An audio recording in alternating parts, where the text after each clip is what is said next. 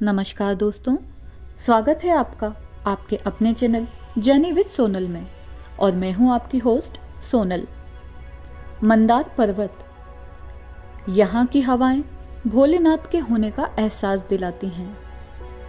समुद्र मंथन से जुड़ी दंत कथाएं और इस पर्वत की खूबसूरती आपको भी यहाँ आने पर मजबूर कर देगी। ये वही मंदरांचल पर्वत है जिसे मथनी बनाकर कभी दैत्य और दानवों ने समुद्र मंथन किया था। मंदार पर्वत बिहार राज्य में बांका जिला के बौंसी नाम स्थान पर स्थित है। ये भागलपुर शहर से लगभग 45 किलोमीटर की दूरी पर है। इस पर्वत की ऊंचाई लगभग 700 फीट है। ये काले ग्रेनाइट पत्थर से बना अति प्राचीन पर्वत है। ये एक तीर्थ स्थल के रूप में भी जाना जाता है। यहाँ पर मुख्यतः 2 धर्मों के मंदिर स्थापित हैं, एक हिंदू धर्म और दूसरा जैन मंदिर। लोगों की मान्यता है कि भगवान विष्णु सदैव ही मंदार पर्वत पर निवास करते हैं। मकर संक्रांति के अवसर पर यहाँ एक मेले का आयोजन होता है जो लगातार 15 दिनों तक चलता है। मंदार पर्वत से लोगों की आस्थाएं कई रूप से जुड़ी हैं। हिंदू मान्यता के अनुसार समुद्र मंथन में देवताओं ने मंदार पर्वत को मथनी बनाया था। सदियों से खड़ा मंदार पर्वत आज भी लोगों की आस्था का प्रतीक है। इसे मद्रांचल पर्वत भी कहा जाता है। हिंदुओं के लिए यह पर्वत भगवान विष्णु का पवित्र आश्रय स्थल है। वहीं जैन धर्म को मानने वाले लोग तीर्थ कर भगवान वासुपूज्य जी की साधना स्थली के रूप में यहाँ अपनी आस्था रखते हैं एवं इसे मंदारगिरी तीर्थ कहते हैं। हमारे कई धार्मिक पुराणों और कथाओं में मंदार पर्वत का नाम सामने आया है। यहाँ पर्वत की तलहटी में एक पाप हरणी तालाब बना हुआ है, जहाँ की मान्यता है कि यहाँ पर स्नान करने से सारे कुष्ठ रोग खत्म हो जाते हैं। पहाड़ पर चढ़ने का मार्ग बेहद दुर्गम था, किंतु अब सरकार द्वारा यहाँ पर सीढ़ियाँ एवं रोपवे भी स्थापित कर दिया गया है। शहर में प्रवेश करने से पहले ही आपको ये पर्वत दिखाई देने लगेगा। रास्ते में ग्रामीणों और पर्यटकों की भीड़ आपको पर्वत की ओर जाती हुई दिखाई देगी। ये पर्वत मेन बस अड्डे से लगभग 3 किलोमीटर की दूरी पर है। मंदार पहाड़ की चोटी पर स्थित है जैन मंदिर, जो कि जैन एवं हिंदू धर्म के लिए आस्था का प्रतीक है। यहाँ इस पर्वत की तलहटी में तालाब के बीचों बीच लक्ष्मी नारायण मंदिर के रास्ते पर आपको दोनों ओर सजी हुई दुकानें दिखाई देती हैं।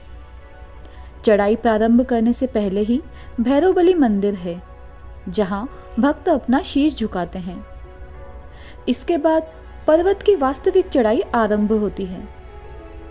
इस पर्वत का दृश्य बड़ा ही मनोहारी है।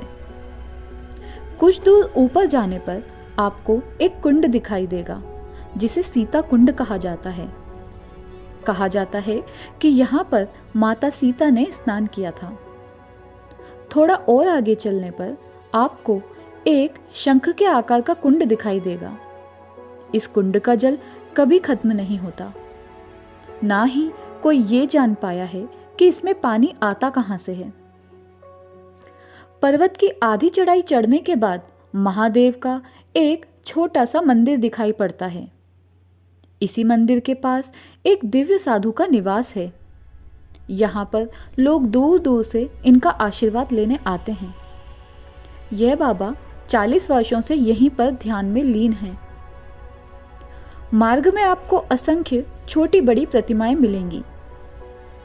इस पर्वत पर गौशाला भी बनी हुई है, जहां पर असंख्य गायों की सेवा की जाती है। पर्वत की चोटी पर पहुंचने के थोड़ा पहले आपको एक चट्टान पर उकेरी गई त्रिदेव की प्रतिमाओं के दर्शन होंगे। चोटी पर पहुंचकर आपको एक छोटा सा मंदिर मिलेगा, जिसे काशी विश्वनाथ का नाम दिया गया। कहा जाता है कि यहाँ पर स्थापित शिवलिंग काशी से लाया गया है। यहीं पास में ही जैन गुरु वासु महाराज का मंदिर है। यहाँ आपको वासु पूज्य गुरुदेव के चरण कमल के दर्शन देखने को मिलेंगे। ऐसी मान्यता है कि इसी मंदिर के तल में एक ऐसा भी दिव्य कुंड है जहाँ आज तक कोई नहीं गया, और इसी कुंड में स्थित हैं भगवान शालिग्राम। मंदिर से नीचे उतरते हुए आपको भगवान नरसिंह की एक बहुत ही आकर्षक मूर्ति देखने को मिलेगी, और यहीं पत्थर पर उकेरे हुए शिवलिंग के दर्शन भी किए जा सकते हैं। शिवलिंग के पास ही आपको रुद्र अवतार भगवान महावीर हनुमान की मूर्ति के भी दर्शन होंगे।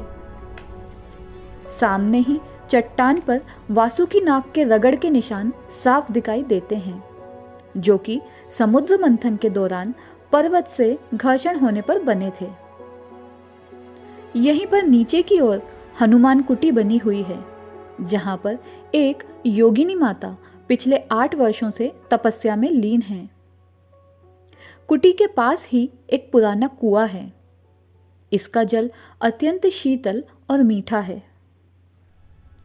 यहाँ पर आए भक्त इस पानी को अपने साथ भी ले जाते हैं।